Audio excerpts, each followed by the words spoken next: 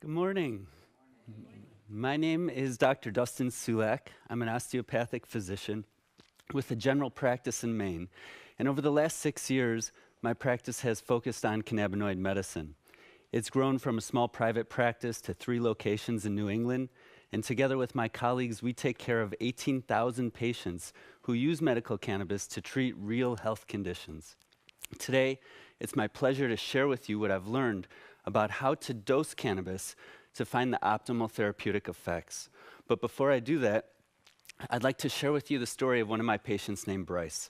Bryce first came to me, a 12-year-old wonderful boy who had autism, and at the time, he was experiencing severe self-injurious behaviors. Bryce would hit his head with blunt objects or literally try to put his head through the wall. And by the time he made it to my practice, he had tried every class of drugs that could potentially help him and had failed them all. He got started on cannabis brownies that his mom made him, and he was doing well for a few months before something happened with one of the batches of brownies and he decompensated. The behaviors returned. He ended up in the emergency department. He spent a full week in the emergency department without any cannabis, getting worse and worse over time as the cannabis was leaving his system. Over that week, I had suggested that we try some synthetic THC, which is available in every pharmacy, including hospital pharmacies. And finally, a week later, after Bryce had to be restrained for much of that time, there was no facility in New England that could take him, that had the type of care he needed. The emergency room doctor called me and asked that crucial question: how do I dose THC? Thankfully, I was able to calculate about how much THC he had been getting when he was doing so well, and I told the emergency room doctor to give him 10 milligrams of dronabinol, which is a synthetic THC. Over the next 3 hours, his symptoms totally resolved. He became calm, happy, actually started giggling, and he left the hospital. He hasn't been back to the hospital since. 3 years later, he's a productive member of society, now 15 years old, grilling vegetables for his mom's salsa company. The key to Bryce, to keeping him out of the hospital, is knowing his optimal dose, which actually hasn't changed over time. Bryce is stable and healthy. He's doing great. My practice is called Integrate Health, and for my career, my training, and even my early life, I've been interested in healing. What is healing? How does it work? How can we stimulate healing? How do we remove the obstacles to the healing system so that it can function fully? And in my training, like Dr. Agarwal, I became aware of these terms cannabinoid and endocannabinoid system. It turns out that as researchers looked for how does THC work, they discovered a whole system of physiology that's integral to our capacity to respond to illness and injury, to maintain balance at a cellular level, and actually to stay healthy, to promote that balance over time. I realized very quickly, working with patients, that there's no simple answer. Cannabis can't be dosed like a pharmaceutical. Take 10 milligrams or take 5 milligrams 3 times a day. It doesn't work for everyone. This is a very unique medicine that treats each individual as a unique person. And to find our optimal dose, we have to go through a method of experience working with the plant. So while I can't tell you your perfect dose, and while I believe no physician could, I can teach you how to find it for yourself. To help with that, I've created healer.com, which is an educational website that leads people through step-by-step how to find your optimal cannabis dose. That means how to get the best results with the least side effects or without any side effects. And to figure out what was working and what's not working, and to help some of my most delicate patients get accurate, consistent dosing, I opened up a cannabis analytic lab in my medical practice. I believe we're the only ones in the world that have these two aspects of cannabinoid medicine combined. And we've made some really interesting discoveries actually analyzing the medicine and figuring out what's working for people. Some of the most interesting discoveries are just how low doses can be so effective. In cannabis medicine, again and again, I've seen this theme of less is more, and today I'm going to help you understand how these incredibly low doses in certain situations can be the most effective. This isn't a rule that applies to everyone, but it's helped a lot of my patients. So before I tell you how to find your optimal dose, I'm going to introduce you to a few key concepts of cannabinoid medicine, and then we'll talk about dosing for treating chronic illness and chronic symptoms, both in people that are brand new to cannabis and in the experienced cannabis users. We'll talk a little bit about dosing for cancer and also dosing for disease prevention or promotion of wellness and health, staying healthy. So to discuss dosing, we need some terminology. Let's just go through this really quickly. When people are inhaling cannabis via smoke or a vaporizer, we generally refer to how many puffs or how many inhalations they're taking. The amount of cannabinoids that are delivered are we usually talk about milligrams of cannabinoids. You know, when we talk about dosing, we say, what are we talking about? It's the cannabinoids, THC, CBD, some of the trace cannabinoids that Dr. Land was talking about, and the acidic cannabinoids like THCA. So if you were to approximate how many cannabinoids you might get through one inhalation of smoke or vapor, we could average that to around 1 or 1.5 milligrams. Now, liquid cannabis medicines that we know the potency of are the easiest to accurately dose. We know their potency, we know how many drops or how many milliliters you're taking. We can very quickly determine how many milligrams you're getting and then see what your response is to that dose. Some patients are using cannabis concentrates like the one pictured in the syringe, a very thick, sticky substance that are usually 50 to 70% cannabinoids by weight.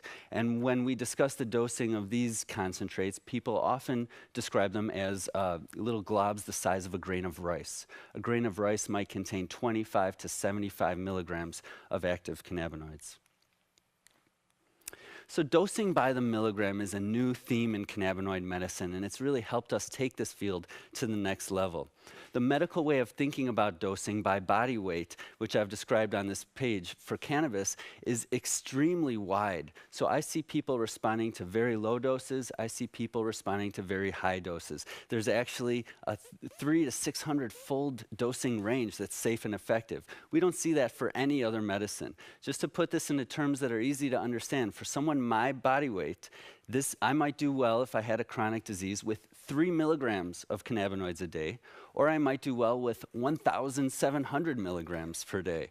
It's such an incredibly wide range, and when patients come in, we wonder, what's right for you? Well, again, we need a methodology to help you figure that out, and that's what I've developed. Now, researchers have wondered how much THC does it take to kill an animal, and they've really tried to do this and have failed. So monkeys that get 9,000 milligrams per kilogram, that's 600 times the maximum dose that I'm seeing in my practice, still survived. Although I'm sure it wasn't a pleasant experience for those monkeys. And I don't think it would be a pleasant experience for any of the listeners today to try these ultra-high doses without the guidance of a professional. Let's go to the next slide. So, oops, we skipped. So within this broad dosing range, we see something in cannabinoid medicine called the biphasic or multiphasic dose response. And this is one of the most important concepts to understand if you're going to find your optimal dose. When somebody starts at a very low dose of cannabis and gradually increases their dose, they'll notice more and more therapeutic effects as the dose goes up until they reach their optimal dose. Then as you increase the dose beyond your optimal dose, the therapeutic effects will actually start to diminish and side effects will start to emerge. I can't tell you where that optimal dose is for you. And truly, that optimal dose may change over time. As you become healthier and your system is closer to physiologic balance, the dose of cannabis that you need will probably go down. Your homeostasis, your internal balance system is functioning more optimally, and you need less help from the outside. Also, for treating different symptoms, you might need one dose that helps with pain or a different dose that helps with panic attack or anxiety. And it's important to know yourself to understand how to accurately dose yourself. Science has shown us that these biphasic or multiphasic dose response curves exist in animals and all across the board in cannabinoid medicine. This was an experiment that I thought illustrated this point very well, where mice were given doses of THC and their activity level was monitored. At a very low dose of THC, the activity level went down. This is analogous to anxiety or muscle spasms or other symptoms that we might try to treat in humans. Then as the dose increased, the activity level went up above baseline, and then as the dose increased again, the activity level went down again. But that second time it went down, it didn't go down as far as it did at the level of that ultra low dose, and at the higher dose, we saw the emergence of a side effect. In this study, catalepsy, which means remaining still in a strange position, which you can see the mouse doing here in the side of his cage. So this has also been shown in humans. CBD and THC spray given to patients with cancer that had chronic pain did the best at 20 milligrams compared to 50 or 83 milligrams. If you look at this chart, it's red, the decrease in pain is correlated with the size of the bar graph. So you can see the group that got the lowest dose actually did way better than the medium and high dose. And what's interesting about this study is the group that got the placebo did just about as well as the medium and high dose. This is a reminder that you all have an internal pharmacy that's producing cannabinoids all the time. And the power of your belief can trigger that pharmacy for your own benefit. This is a concept that I include in all of my programs and protocols because I don't think you have to be tricked into producing cannabinoids. You can do this intentionally with mind-body exercise and other physical activity and diet. In cannabinoid medicine, we often see what I call bidirectional effects. This means that the same medicine can cause two opposite effects. And this is very commonly seen in cannabis overdose, which usually causes things like pain, anxiety, nausea, and vomiting, all the symptoms that we would expect an appropriate dose of cannabis to decrease or relieve. Bidirectional effects are all over the place in cannabis, and even the same exact dose can cause an opposite response depending on the environment. So take a dose that you know works for you in a calm environment and it might relax you. Take that same dose in a stressful environment and it might cause anxiety. Having some clicker issues here. If we could go to the next slide, please.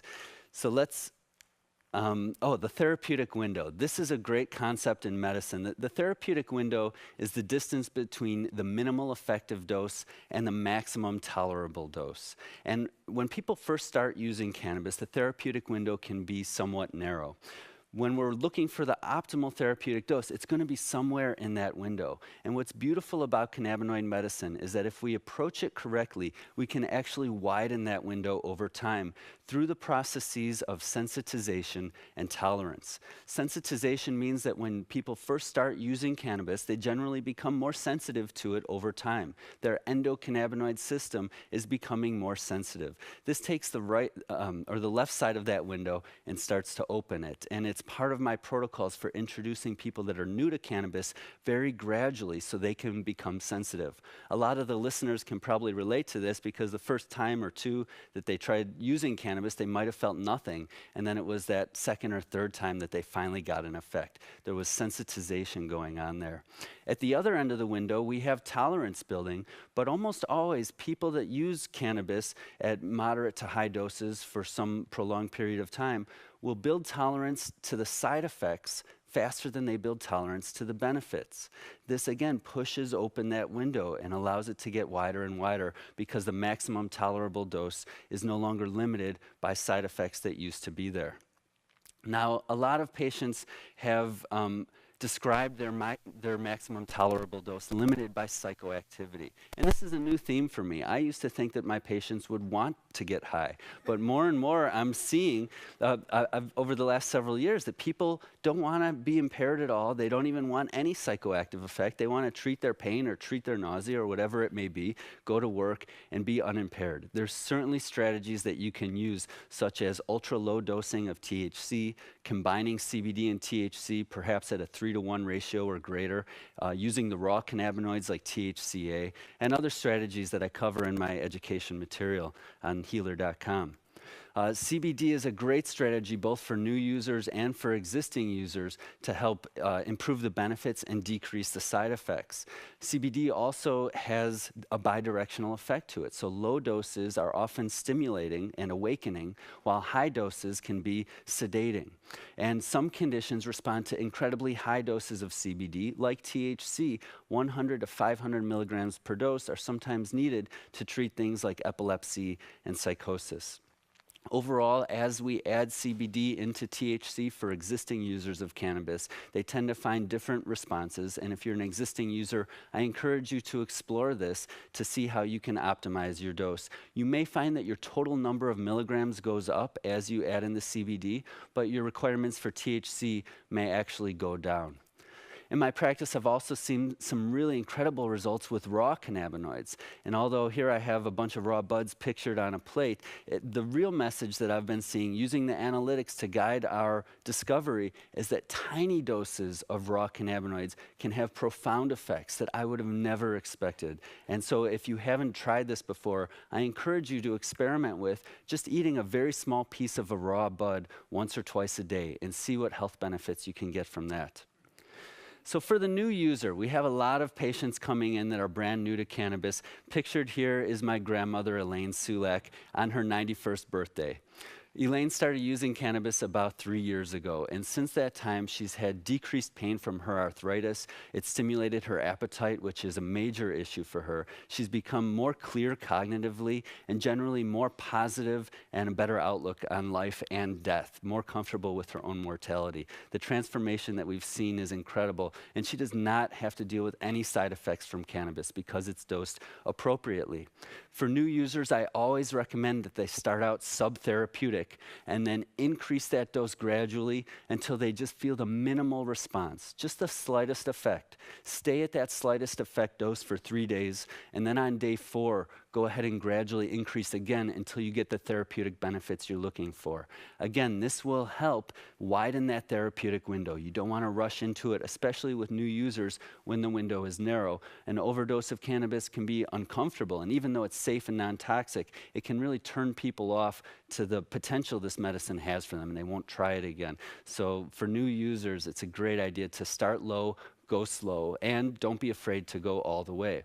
When I say low, I'm referring to 1 milligram, literally, especially if it's THC dominant cannabis, 1 or 2 milligrams. If you have the capacity to work with CBD, you can adjust that ratio based on the patient's goals or based on what the symptoms are that you're trying to treat.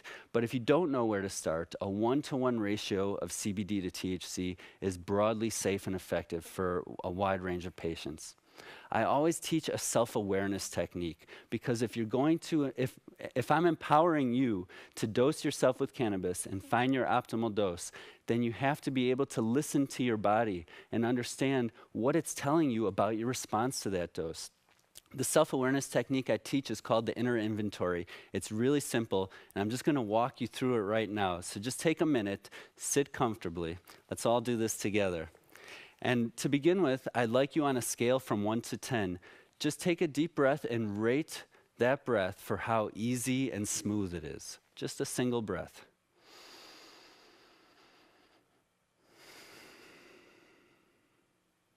And if you have pen and paper, just write that down on a scale from 1 to 10. The next measure is your body. How comfortable are you? So on a scale from 1 to 10, how easy is it for you to sit still or stand still? How easy is it for you to just ease into that stillness right now? Take a moment to observe that. And then the final measure is your mood. So on a scale from 1 to 10, how easy is it for you to authentically smile, to feel happy and appreciative? Write that down on a scale from 1 to 10. This whole inner inventory takes less than a minute, and I have all of my patients practice it before and after they dose cannabis so that they can pick up on the subtle effects that cannabis is doing to them, and they can know when cannabis is helping them and maybe when it's making them a little less comfortable, perhaps causing side effects if they've exceeded their optimal therapeutic dose. For the experienced users, I often help people reduce their dose. Believe it or not, in cannabis medicine, we see this again and again, less is more. So patients are coming in using a dose that's too high for them, and they tell me, cannabis isn't doing for me what it used to do. I used to get these great benefits, now I have to use more, it's not working as well, and I'm getting these side effects. Well, guess what? We actually have to reduce dose. And that's unusual. Until people really learn that this works for them and experience it themselves, it's hard for for them to believe that they could reduce the dosage and get a more powerful effect. But trust me, this works and it's true. And to help people do this, I've developed a 6-day protocol that helps them get through that process and lower their dose, find their optimal dose. Another couple strategies I'd like to mention for experienced users before I tell you more of the details of the sensitization protocol are switching from inhalation to an oral mucosal dosing method like a tincture or an oil. The oils or tinctures have a longer duration of action, a slower onset, but usually patients can prevent their symptoms instead of trying to chase them around and relieve them with inhalation. In general, I see people getting better results, having less side effects, and overall improving their quality of life using oral medicines, and then they can use the inhalation for breakthrough symptoms. Finally, try different strains, try different ratios of CBD and THC. If you're an existing user that's been really THC dominant, there's a whole new world for you with some of these CBD strains and preparations. So the sensitization protocol, 6 days, if we could have the next slide, please, starts with 2 days of cannabis abstinence. And that, during those 2 days, we make it very intentional, and I teach activities and diet that will upregulate your cannabinoid system. Again, so your inner pharmacy is making these cannabinoids for you, and you don't have to deal with any mild symptoms of cannabis withdrawal. On days 3 through 5, we slowly increase to the minimal noticeable dose, just like we did with the new user, and you stay there 3 times a day at that minimal noticeable dose. On day 6, go ahead and gradually increase the dosage until you find that you're experiencing the therapeutic effects that are equal to or greater than where you were at before you started the protocol. On average, my patients who go through the 6-day process will reduce their dose by 60%. This means they're saving money, they're getting more benefits, less side effects. If they're inhaling, it's less challenge to their lungs. Overall, it just helps people, and it makes more cannabis available for the rest of the community. Why waste it?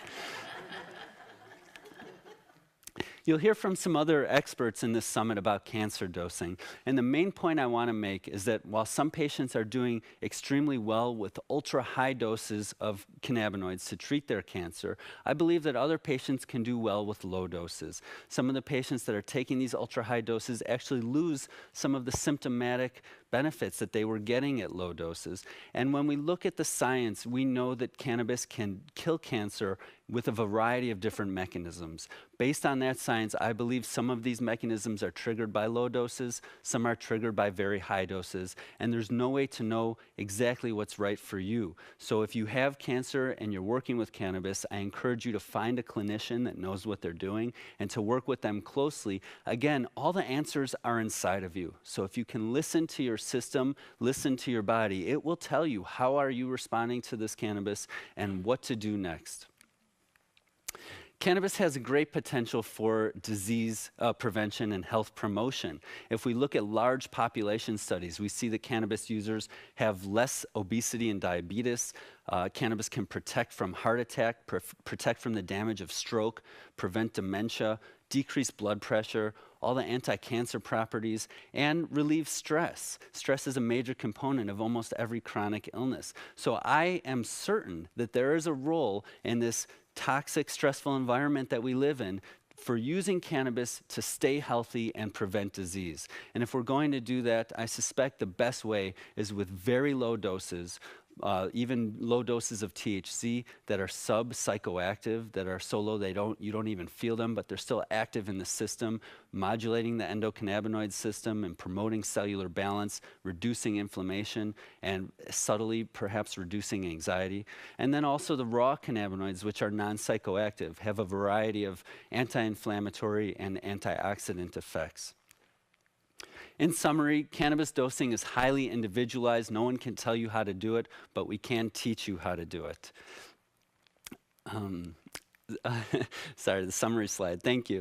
Optimal dosage can be found if you keep these key concepts in mind. So the biphasic dose response, that's the most important one. If you think you've bypassed your optimal dose, try the sensitization protocol. You'll be amazed at how well it can help you improve your response to cannabis and reduce your dose. And then keep in mind the factors of sensitization and tolerance and these bidirectional effects. Optimal dose can change over time, so as you become healthy, repeat these protocols and give yourself a chance to use even less and less cannabis. And remember that ultra-low dosing and ultra-high dosing can be safe and effective in certain situations. I welcome you to explore my website, healer.com, to check out all my protocols, and thank you so much for your time today.